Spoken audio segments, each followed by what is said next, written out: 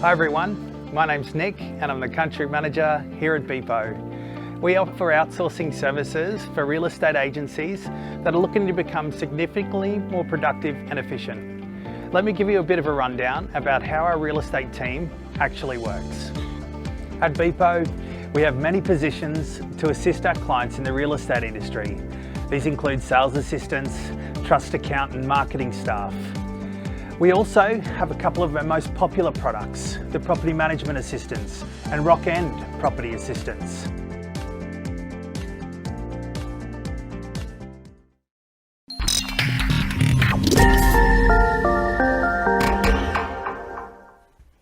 Hello and welcome to this week's show. Our feature guest this week in the show is an award-winning, data-driven Chief Marketing Officer and Business Strategist with 20 years experience. I maybe shouldn't have said that, but anyway, with quite a number of years of experience in marketing, sales, analytics and leadership. Our guest certainly has global influence, as you'll hear.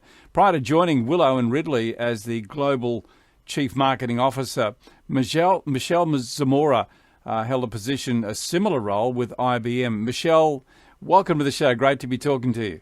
Great to talk to you. Thank you. Okay, well, before we talk about Willow and I ask you about the digital twin, can I just ask you firstly about IBM? What was it that made you jump from such an illustrious company to get into the world of tech startups, for goodness sake? I had an amazing career at IBM. I spent 20 years across sales, operations, marketing, and my last role was actually head of marketing for IBM Watson and IBM Blockchain, and was really blessed to be able to work with companies that were often in the leading edge of using AI and blockchain to transform their business environment. And then when I was approached by Josh Ridley, who's the CEO of Ridley and Willow, he took me through the property industry, and it's an industry I hadn't considered before, and had thought that it was quite, I guess, laggard in a lot of ways when I compare it to banking.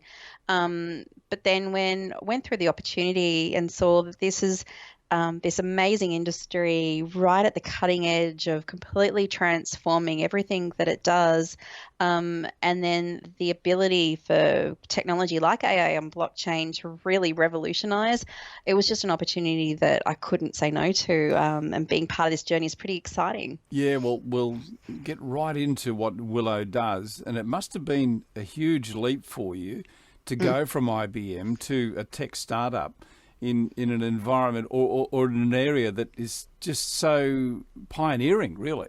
It's been a massive culture change for me. I mean, had worked in a large enterprise for so long, but I have to say that I've loved moving into tech startup world where everything is so fast-paced, it's agile.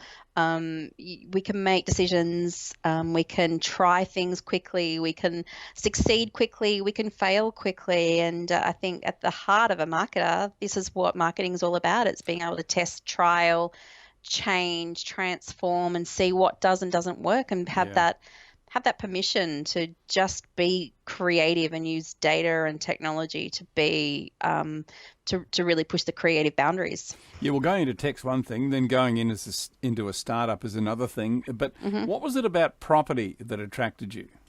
I think it was a combination of you look at buildings, and I remember going to London last year, and I walked around London and I saw all the things that you expect to see in London. I saw the beautiful Christmas lights and the amazing restaurants. And then going back to London mid this year with Willow, suddenly I was looking up. I was looking at all these beautiful architectural structures, and I was then looking at the bricks and mortar and realizing that here's this building that is so much more than just bricks and mortar. It's a whole lot of sensors. It's a whole lot of activity of people channeling through these buildings, and then the connections that happen within that building. And I look at the world I live in so much differently, and it's property that's really allowed me to do that, the property industry. Yeah, well, that's a wonderful introduction into Willow, because I think, the focus of this conversation should be about Willow and more particularly the digital twin of the world. Can you explain? You've sort of just touched on it a little bit there, I sense, but can you tell me what it is, what it means? So Willow is a visionary digital twin technology company. We started in 2011 under the brand name Ridley. And when we started in the marketplace, it was to do the digital architecture for buildings. So that's where you take the beautiful architectural designs and turn them into digital plans that can be built by the construction company. We then evolved into digital engineering, which is all about how do you build a smart cities or a smart building or a smart rail network strategy, and then how do you actually do all the project management to implement that. So that could be 3D modeling, 2D modeling. As an example, BIM management, the collection of all the assets and sensors and all that data that often stays within the different stages. So the data that the architects collect stay with the architects, the data that the construction companies stays with the construction company. And then in 2017, they bought a company called Tapify, which was a small software engineering startup company based in Israel, actually. And they moved their software development team in Australia, where we're headquartered, and Willow was born. And so Willow is the combination of Ridley and our Willow platform. The Willow platform is essentially, it creates a digital replica of the world we live in. So it creates a 3D and a 2D digital replica. It takes all of the data from design, construction, operations, and even end of life of a building, and it helps a building owner understand all of that beautiful rich data from geospatial to static data to live data, so they can make better decisions about how to use the property, how to use the space, how to design future buildings. And then just more recently, we've then expanded that to launching a open protocol application where developers can all plug into the open protocol software platform, and you can create a customer experience app for the building. So it allows people to connect and engage with the building. Yeah, it's a fascinating field. When you start to think about it, the number of uses it could have. I know you mentioned there about developers, but even project managers and people who are managing buildings to get a real holistic understanding about the building is really quite dynamic. Are you pioneers in this field? Is Willow a pioneer? Yeah, I see Willow as a pioneer. We are pioneering the way for a better and smarter way of managing a building and creating smart buildings. And I think that's one of the reasons that I joined Willow, was that we're treading in ground that hasn't been done before. I mean, I know I used to think of facility managers as people that were just really expert at being able to go and fix problems, but not necessarily data savvy. And now I see facility managers as being these amazing data scientists in a lot of ways, because they're able to now use data to actually ensure that things don't break down, to ensure that maintenance contracts are created in a way that is beneficial to both the maintenance worker as well as the building operator. And it's a pretty exciting space to be in right now. Yeah, we touched on a few people who are going to be able to use this kind of technology, and this is not so much the end users, but planners, but also people who are working with the building. But what about consumers? How are they going to fit into this Willow model, do you see? Yeah, I think there's a book that I'm reading actually at the moment. It's called, I'm going to say this wrong, I'm sure, so I apologize for our Japanese-speaking viewers, but the book's called Ikigai, and it's this beautiful book around connective purpose. And the town that it studies has the most percentage of people that live beyond the age of 100.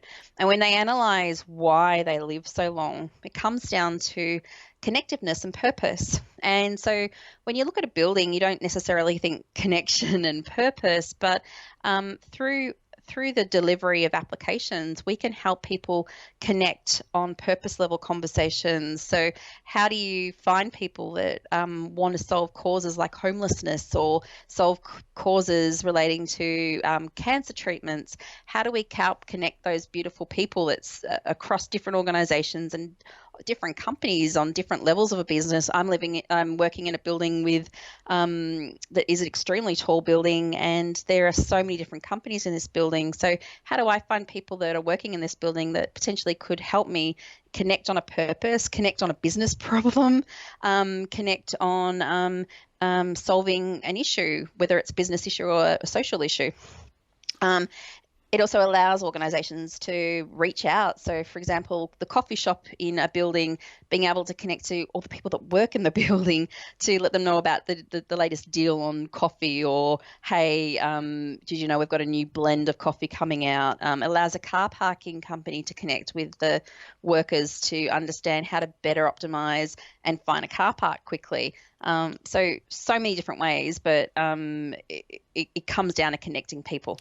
Yeah, because here we're talking about vertical, we're talking about a building, but if you broaden that out, that's really a social network. You're really building, bringing the globe so much together, aren't you, where we can be communicating very quickly with people all over the world. Connecting people across the world, connecting people in precincts. So how do we improve the utilisation of rail transportation? How do we improve the utilisation of transport generally so that we potentially reduce the amount of cars on the road? How do we help people navigate through their city in a way that is healthy for the city? How do we help with emergency management? If there's a problem in the city, how do we divert people away from areas where there's a problem? How do we help people through floods, through electricity? And so some of the work we're doing in with Tyson Crop in Rottwell in their test tower is looking at how do we leverage their beautiful elevators through a lift and all the sensors in their lift so that we can help understand where people are in a building. So if there was an emergency situation in a large tower, how do we know how many people are on every level? How do we help understand where whether people in the building or out the building now apply, and then how do we make sure that everyone gets out of that building safely? Now apply that to a city. Yes. How do you ensure a city or a community is kept safe during a natural disaster or other disaster? Yeah, and of course we've seen some major natural disasters around the world in recent times, fires and cyclones and typhoons and so on. To be able to let everyone know instantly about what's going on is going to keep a lot more people safer, isn't it? Totally. And, as I'm not just a CMO, I'm a mum of 3 children. And so when I come to work, I'm not just coming to work as a marketing professional, I'm coming to work as a mum. And, knowing that I'm part of something that's creating a world that could be safer for my children, that's what inspires me to know that my kids are going to be okay. Just talking to you, it just goes on and on and on, doesn't it? Keeping people informed within a school, any kind of environment at all. Tell me about some of the technology that you're bringing to this to help connect, to help engage. What can you give me some examples? Yeah, sure. So we are partnering with our amazing partner, Microsoft, using their Azure IoT solution. So literally our solution reaches up and touches the cloud, but that solution uses IoT, so Internet of Things. It uses artificial intelligence to ensure that we're really creating insights that help people make decisions quickly. We're also using blockchain. So as an example with Tyson Crop with their innovation tower, we're using blockchain to help take all of the data from their elevators to be able to show that exactly the moment that an elevator is maintained so that they can actually have that confidence and certification that the elevator has actually been checked, has been maintained the way it's supposed to. It then maps that data to whether the elevators are running at 100%, 95%, 90%. It then can then release payment from the automatic payment to then pay people based on the achievement of particular KPIs. So they build the contracts are built on ensuring that the elevators are running at 95, 100%. And so if the elevator is not running at those levels, then payment is then reduced contractually. Wow. So a really great way of ensuring that both parties are protected. Yeah, and a couple of good things that come out of that. I mean, blockchain itself ensures the integrity of that information, so no one can be playing with it. So you know you can totally rely on it. And the other thing too is in, say for instance, like a rail system, where we hear about how effective the rail system is, it's running on time or it's not running on time. Is that reliable? Well, this type of information makes it 100% reliable, and you can actually use those as reliable KPIs. Well, we partnered with Structon. Structon are the Europe's leading rail maintenance company. They run their trains at 99.7% availability, and that's pretty spectacular. So we've merged our digital twin technology and software platform with their amazing knowledge and eminence and experience, and can now track problems on a rail network down to a 1 millimeter crack, so that we can ensure then that through like an Uber-like type of application, we can then find a maintenance worker that's within a close vicinity, send them to that rail track, have that fixed, and ensure that there's no delay and no downtime of the train. That saves millions of dollars every year for a rail company. And that's pretty exciting, being able to ensure that we're making lives better for people and more profitable for companies. Michelle, what we're talking about here, is this pie in the sky? Is this in the future, or is it starting to happen now? It's happening right now. I mean, you look at Structon. Structon are doing this now through their entire rail network. You look at Investor Property. Investor Property are an Australia-based company.